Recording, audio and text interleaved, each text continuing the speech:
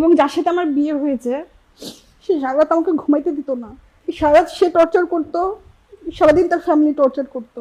সে বিভিন্ন রকম ফোনে আমাকে ভিডিও দেখাতো যে এভাবে এভাবে। তার কাছে বেসিক্যালি ছিলাম আমি জাস্ট সেক্স টয় বললেই চলে, যে তার পছন্দ মতো সে আমাকে ইউজ করতে পারবে। আমি ছোট থেকে অনেক কষ্ট করে বড় হওয়া, কারোর সাথে ফ্রিলি কথা বলার অধিকার ছিল না আমার। আসলে মেয়ে মানুষকে অতটা স্বাধীনতা দেওয়া হয় না আমাদের যুগে। তো বেসিক্যালি ওইখান থেকে একটা রং নাম্বার একদিন কল আসে। আমি ফোনটা পিক করেছিলাম যে হ্যালো আসসালামু আলাইকুম, আম্মু তো বাসায় নাই, আপনি যেই ফোন দিয়েছেন আম্মু আসলে ফোনটা দিয়েন। তখন সে আমাকে বলে যে আমি তো তোমাকেই ফোন দিছি। আচ্ছা আপনি আমাকে ফোন দিয়েছেন, আপনি আমাকে চেনেন? বলছে হ্যাঁ তোমাকে আমি চিনি। আপনি আমার নাম্বার কোথায় থেকে পাইছেন? এটা তো আমার নাম্বার না, এটা তো আমার আম্মুর নাম্বার। তখন এখান থেকে সূত্রপাত, এবং সেটা ফোন দিত। আমার ভালো লাগতো কথা বলতে। এক কথায় যে আমার ফ্যামিলির কাছে যেই সাপোর্টটা আমি না পারতাম, ভালো একটা কথা বলবো, ওর সাথে শেয়ার করবো, ওর সাথে কথা বলতে পারতাম। আমি বলতাম যে আপনি আমাকে কল দিয়েন না। আমি 7 দিন ওনার সাথে টোটালি কথা বলি নাই। তো একদিন আমার বান্ধবীর ফোন থেকে আমি ফোন দিই আমার স্কুলে দিয়ে বলি, সব ঘটনাটাকে খুলে বলি যে আমি এরকম এর মধ্যে বড় হয়েছি, আমি খুব কষ্টের মধ্যে থাকি, আমি চাই না আপনার জন্য আমার ফ্যামিলি আমাকে টর্চার করুক বা আমার গায়ে হাত তুলুক বা আমাকে মারধর করুক। আমি এইসব বিষয় তো খুব ভয় পাই।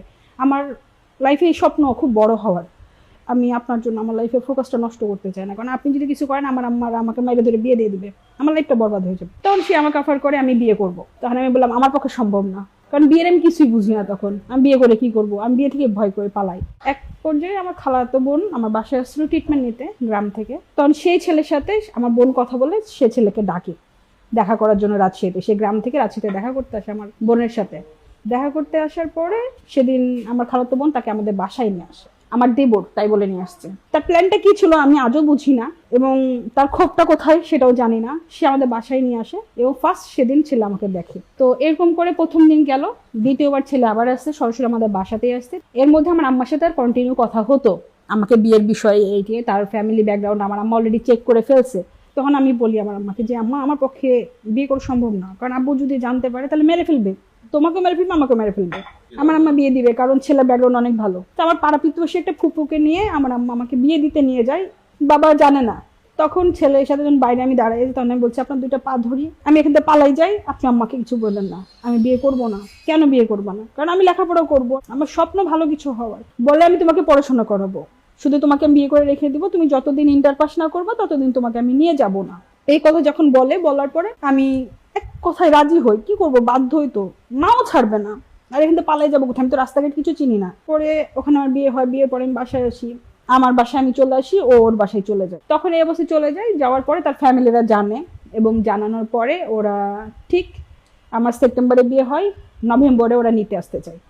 তাই আমার আম্মা বলে যে না আমি এখন দিতে পারবো না, আমার মেয়ের এক্সাম চলছে, আর ওর বাবা জানে না এই বিষয়ে, যদি জানাজানি হয় আমাদের সংসার তো টিকবে না, উল্টা আমার মেয়ের জীবনটাও ইয়ে হয়ে যাবে, একটু ধৈর্য ধরেন। কারণ এক পর্যায়ে তারা অনেক কিছু বলে আমার ফ্যামিলিকে মেনটেন করার চেষ্টা করে। পরে আব্বুকে যখন আম্মু বলে আমার খালাকে দিয়ে যে এই ঘটনা আমি কাজ করে ফেলছি, অন্যায় করে ফেলছি, তখন আব্বু পুরা স্টক করার মতো বিছনায় পড়ে গেল। 7 দিন আব্বু না খেয়ে বিছনায় পড়েছিল, ওর সাথে কথা বলতো না, কিছু খাইতো না, বাসায় বের হতো না। এক কথায় জ্বালাজালি তো হয়ে যাচ্ছে সবাই। এখন কি করবে, মান সম্মানের ভয়ে তখন ডিসেম্বর মাসে আমার গায়ে হলুদের অনুষ্ঠান বানায়, মানে একটা মানুষকে বোঝানোর জন্য যে আমার মেয়ে বিয়ে হচ্ছে, দিয়ে 17 ডিসেম্বর আমাকে বিদায় দেওয়া হয়। শ্বশুর বাড়িতে ঘুম থেকে উঠতে হতো ফজর আজানের সময়। এরপরে সারাদিন স্বামীর কাছে যেতে পারবো না, ঘরে রেস্ট নিতে পারবো না, এবং যার সাথে আমার বিয়ে হয়েছে সে সারা রাত আমাকে ঘুমাইতে দিত না। সারা রাত সে টর্চার করতো, সারাদিন তার ফ্যামিলি টর্চার করতো, সে ফিজিক্যালি খুব টর্চার করতো আমাকে। মানে আমি ছোট ছিলাম, এগুলো বুঝতাম না, এটাই দোষ ছিল আমার। সে বিভিন্ন রকম ফোনে আমাকে ভিডিও দেখাতো যে এভাবে এভাবে। তো আমি যেসব বুঝি না বা এসব দেখি নাই, এসব হতো না। সে আমাকে প্রচুর মারতো, ওর কথা মতো যদি কাজ না করতাম সে প্রচুর মারতো আমাকে। তো এইসব হতে হতে যখন শ্বশুর বাড়িতে কাজের মেয়ের মতো খাটাই, এত কাজ করার পরে তারা কখনো আমার নাম করতো না যে আমি কাজ করেছি, উল্টা বলে সারাদিন শুয়ে থাকে, কোনো কাজ ঠিক মতো করে না। শাশুড়ি মারতো, শ্বশুর মারতো, এবং ফকিন্নির বাচ্চা ছাড়া তো কথাই বলতো না। যখন ভালো থাকি তখন তাদের বাসায় কাজের মেয়ে, আর যখন অসুস্থ হয় তারা আমার আম্মার বাসায় পাঠায় দিত। আমি যখন এখান থেকে সুস্থ হলাম আবার নিতে আসে, আবার বাধ্য হয়ে যেতে হয়, কারণ আমার আম্মার একটাই কথা ছিল, বিয়ে যখন হয়েছে সংসার তোমাকে করতেই হবে, আমার সংসার যাতে না ভাঙে এর জন্য তুমি সংসার করবা। বাধ্য হয়ে করতে করতে আমার ফার্স্ট বেবি আমি কনসেপ্ট করি। পুরো ফ্যামিলি এগেনস্ট, যে বাচ্চাটা নিতে দিবে না, তারা বাচ্চা চায় না। আপনার শ্বশুর বাড়ি জানেন? জি। আর আমার মায়ের কথা আমি বাচ্চা নিব, যাই হয়ে যাক আমি বাচ্চা নিব। চেকআপে যাওয়ার পরে ডাক্তার বলে অপারেশন কোনো মুখেই সম্ভব না, অলরেডি 5 মান্থ হয়ে গেছে, এখন হবে না, আপনি বাচ্চাটা নিয়ে ফেলেন, কিন্তু এতটুকু আশা ছেড়ে দেন যে কোনো একজনকে বাঁচাতে পারবেন, কারণ মেয়ের শরীরে ব্লাড নাই, মেয়ের শরীরে যে পরিমাণ টর্চার হ্যাসেল গেছে সম্ভব না, আমার জীবন হয়ে চলতে থাকতেছে। আমি যে আমার মা বাবার বাসায় বাচ্চা হতে আসবো, এক পর্যায়ে যখন বেবি হলো 40 দিনের মাথায় আমার ফ্যামিলির সাথে আমি প্রচুর খারাপ ব্যবহার করতে শুরু করলাম, যে আমি যাবো না, আমি সংসার করবো না, আমি আবার পড়াশোনা শুরু করব। তো এক পর্যায়ে এভাবে বলার পরে আমার আম্মু আমাকে অনেক বুঝাই যে লাস্ট বার তুমি যাও, যদি আমি বুঝাবো, যদি হলো তো হলো, যদি না হয় দেন আমি ব্যবস্থা তোমার একটা নিব। তো বাচ্চা নিয়ে যাওয়ার পরে সংসারের অত্যাচার তো আছে, স্বামীর অত্যাচার অন্যরকম হয়ে গেল। তার কাছে বেসিক্যালি ছিলাম আমি জাস্ট সেক্স টয় বললেই চলে, যে তার পছন্দ মতো সে আমাকে ইউজ করতে পারবে। তো নর্মাল ডেলিভারি হতে তার মন খারাপ হয়ে গেছিলো, আমার নর্মালি কারণ ডেলিভারি হলো, সে চাইতো সিজারও। তার আর আনন্দ ফুর্তি করা তো ইয়া থাকছে না। তো এগুলো জিনিস যখন আমি বুঝতে পারলাম তখন আমি তার সাথে অনেকটা দূরে থাকার চেষ্টা করতাম। এভাবে কতদিন চললো সংসার? 4 বছর করছি। লাস্টে 2011 সালে আমার দাদা মারা যায়, তখন ফাইনাল আমি ডিসিশন নিই আমি আর সংসার করবো না, কারণ আমার মনের কথা বলার মানুষ একটাই ছিল আমার দাদা, যাকে আমার পৃথিবীর সব সুখ দুঃখ সবকিছু শেয়ার করতে পারতাম। তখন এ কথা বলার পরে যখন আমি সংসার করবো না ডিসিশন নিই, গোটা পৃথিবী আমাকে বুঝাইতে বসে, পুরুষ জাতি এরকমই হয়, কেউ একটাবার বুঝে না যে আমার সমস্যাটা কোথায়। এই অবস্থায় যখন ডিভোর্সের সিদ্ধান্ত নিলাম, তখন তার বাবা একটা কথা বললো যে আমি আসা যাওয়া করবো, তুমি এখানেই থাকো। 2011 সাল থেকে আমি 13 সাল পর্যন্ত আমার বাবার বাসাতেই ছিলাম। সে আসা যাওয়া করতো 3 মাস 6 মাস পর, কিন্তু তার ফ্যামিলি জানতো না যে সে আসা যাওয়া করে, তার ফ্যামিলিকে বলেও আসতো না, আমি এটা জানতাম না, আমি কেন হয়তো বা জানে। এই করতে করতে একদিন 2 দিন করতে করতে সে সিঙ্গাপুর যাওয়ার জন্য সে ট্রেনিং করতে যাই, কোথায় ট্রেনিং করতো কি করতো জানতাম না। এই পর্যায়ে থেকে 2013 সালে বলে তার ফ্যামিলি চাচ্ছে না আমার সাথে তার সংসারটা কন্টিনিউ হোক। তা আমি তুমি কি বলো নাই যে আমি তোমার সাথে এখনো কন্টিনিউ আছি বা তুমি আসা যাওয়া করতেছো? বলছে এগুলো বললে তো আমাকে তারা বিদেশি যেতে দিবে না, আর আমি সিঙ্গাপুর যাওয়ার জন্য আমি কখনো তো তাদের কথার অবাধ্য হতে পারি না। তার 5 লাখ 7 লাখ টাকা খরচ করবে আমার পিছনে, আমি তাদেরকে মন ভেঙে কিছু করতে পারবো, তোমার পক্ষে তো সম্ভব না এত টাকা দেওয়ার। তো আমি বিষয়টা বুঝলাম যে সে যদি বিদেশ চলে যায় আমাকে ডিভোর্স দিয়ে দেয়, বা বিদেশ যাওয়ার আগে যদি ডিভোর্স দিয়ে দেয় আমার বাচ্চাটা কী হবে। তার থেকে আমি আগে একটা স্টেপ নিই, তার গ্রাম পঞ্চায়েতের কাছে যে আমি তার নামে একটা নালিশ দিই যে আমি তার সাথে সংসার করতে চাচ্ছি, এবং সে যে আমার সাথে চুরি করে সংসার করছে সেটা ফ্যামিলি সেটা জানে না। আপনারা যদি আমাকে এই জিনিসটা মীমাংসা করে দিতে আমার জন্য ভালো হতো। তারা হুট করে 1 সপ্তাহ পর আমাদেরকে ডেট দেয় বসার জন্য, তো আমরা গিয়েছি আমাদেরকে মীমাংসা করে দিবে। তখন আমার শ্বশুর উঠে বলছে আমরাও চাচ্ছি না, আপনারা ডিভোর্সের ব্যবস্থা করেন। আমার দেলমোহর ছিল 2 লক্ষ টাকা, আর আমার বাচ্চার ভরণ পোষণ সবকিছু মিলে না হলে তো 2.5 লাখ টাকা আমাকে দিবে। তারা আমাকে 1,45,000 টাকার মধ্যে ভেঙে চুরে একদম বন্ধ করে পাঠিয়ে দিল। আমার দেলমোহর টাকা আমাকে দিল না, শুধু 1,45,000 টাকা দিয়ে তারা আমাকে ওখানে দিল। ওই টাকা আমি তো ছুঁইনি। ওখান থেকে আসার সময় মানে আমি পুরা ভেঙে পড়ছিলাম যে যার জন্য 4টা বছর আমি নষ্ট করলাম সে আমাকে এরকম করে লাথি মারলো।